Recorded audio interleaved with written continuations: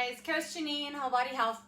So I wanted to share with you today some ways to increase your shoulder range of motion.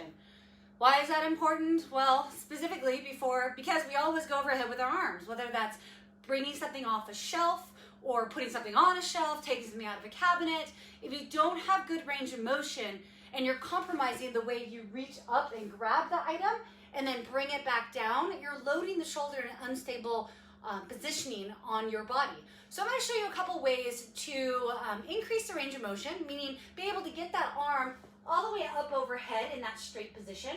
I often see people, they go overhead, and actually I've seen a lot of this lately with the new year and all these challenges that have been going on. I see people who go overhead with a weight, specifically a heavy weight, and they're way out here.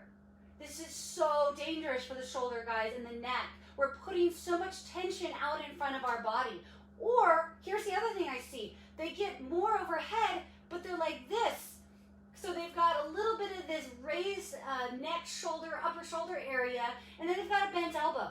That's not stable position, okay? You want to be able to get all the way up, but you have to have the shoulder mobility, range of motion in that shoulder joint in order to get there. Some people will say, oh, I've never had that. Well, you know what? You don't have to be happy with that, right? Like, just because you never did in the past doesn't mean you can't now. As a kid, I was actually not very flexible. I can remember doing gymnastics and the straddle stretch, and I sucked at it. I could never pancake down. Everyone else my age could do it.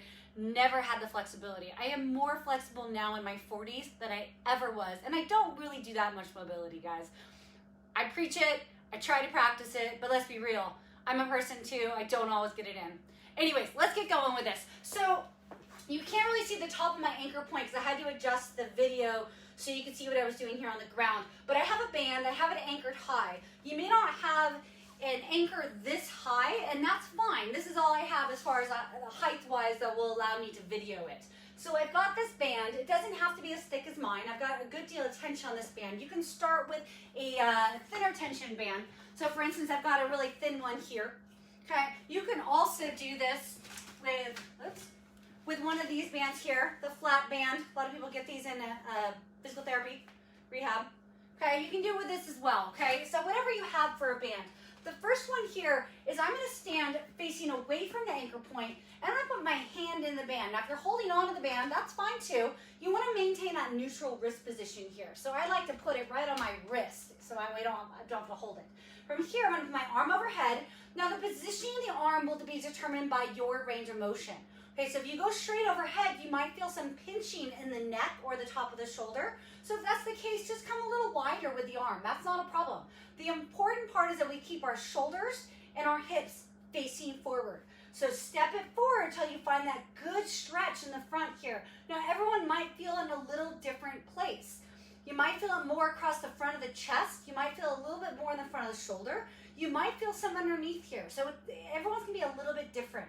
Again, keeping your shoulders square, facing forward, hips are square. To add a little more tension to this or stretch, I'm just going to go ahead and push forward into my body. So now I've got a little extra stretch on it. Okay. You can choose to hold this position here and just breathe and relax into the stretch, or you can push against the band just a little bit, add a little bit of tension there just for like 5-6 seconds, and then relax and ease into the stretch again. So that's one way that you can gain a little bit more shoulder mobility. That's opening up the front of the body. Another way is to flip it around. So this one here, I'll show you on this arm. I'm going to loop my hand through, and I'm actually going to grab onto the band for this one. Now I'm going to step back. So I'm going to think long body. So my left arm is forward, my left leg is back. So I've got a nice long position here. My right leg is just kind of stabilizing. Okay, from here I'm going to sink down, pressing that armpit down towards the ground and allowing the band to pull me forward. So if you need more stretch, you can back it up, okay, to get more stretch on that band. From here, you can intensify that. Use your right leg to push you back, and now you've got more stretch through underneath this arm here, getting into the lats. You might feel it in the back a little bit. You can release the stretch by kind of coming into a lunge position, and then you can push it back again. Okay? You can do the same thing we did in the other stretch, where I can pull on the band a little bit, pulling from here. So I'm pulling, 6 seconds or can let the band take my arm towards the anchor point. Here, if you'd like, if this is enough, stay here. If you want a little more, you want to kind of play with it, play with the hand position. Put your thumb down, put your thumb up. See how that changes the stretch for you. Also, you can look away, so you get a little twist here. You can use the other arm and open up your body, so now you have a real long line from the left arm through the right arm. All the time making sure to breathe. You can also come back to center and you can look underneath the armpit here. That will change the stretch as well. Okay, that's your second stretch. The next one I want you to be very gentle with. And if you're not ready for it, you're not ready for it. Everybody's a little different. This one here, I'm going to put my arm through. This one's going to be harder to do with that flat band I showed you. So I'm actually, before I have my arms, I'm going to show you what I'm going to do. So I'm going to put my arm through. I'm going to bring it around. I'm going to use the other arm to grab onto my wrist. Don't grab the hand because that will make your wrist will go in a funky position. Grab the wrist, hold it back there. All right, so now I'm going to put my arm through. So the band is hooked around my elbow.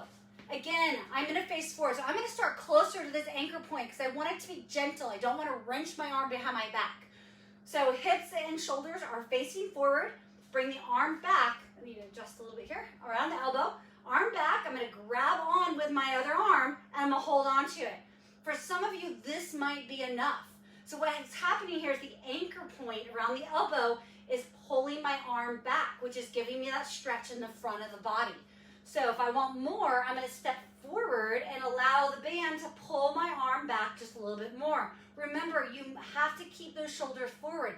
If I turn my body at all, I've lost the stretch completely. I shouldn't say completely. I can feel a little bit, but you lose the point of the stretch. Turn the body towards, so you're facing forward. And ultimately, if you need a little bit more stretch, I don't know if I definitely recommend stepping further out, but you can just give a little rotation. So by rotating a little bit to the left while my right arm is pinned back, I can intensify that stretch a little bit. You can also use your chin position. So right now I've been looking forward. You can look down to your armpit and pull down. So you get a little more in the neck, depending on how tight your neck is as well. Okay, and then we'll back it off. Now I only showed you those on one side. Obviously you would switch and do those same stretches on the other side. Amount of time you would hold that for. You could start with 30 seconds and work up to maybe 90 seconds. You don't need to hold them too long. Definitely recommend if the longer you're holding these, make sure your body is warm. Don't jump out of bed and start doing these stretches and holding for 90 seconds to 2 minutes. Make sure your body is warm if you're going to hold it for that length of time. If you're using it as a warm-up or as a way to start your day, go for the shorter holds. Go for a 15 to 30 second hold. Or maybe hold for, if you're doing this one, hold for 15, 30 seconds, back it off, kind of stretch out, maybe do the other arm, and then go back to the other arm. Do shorter holds if you're going to use it as a warm-up. Then you're making it more of a dynamic stretch. So you're moving with the stretch quicker through the stretch versus a static stretch, which you're holding for a long period of time. Save those longer period of times for when your body is warm, either after you've done your warm-up and then you go into your release work with your stretches, or you do it after your workout. After you had maybe a big shoulder workout would be a great time to address some of the tightness that builds up from that shoulder workout. Let me know if you have any questions. Let me know if you need a little more clarification. I'm happy to do so for you. Make it a great day, guys.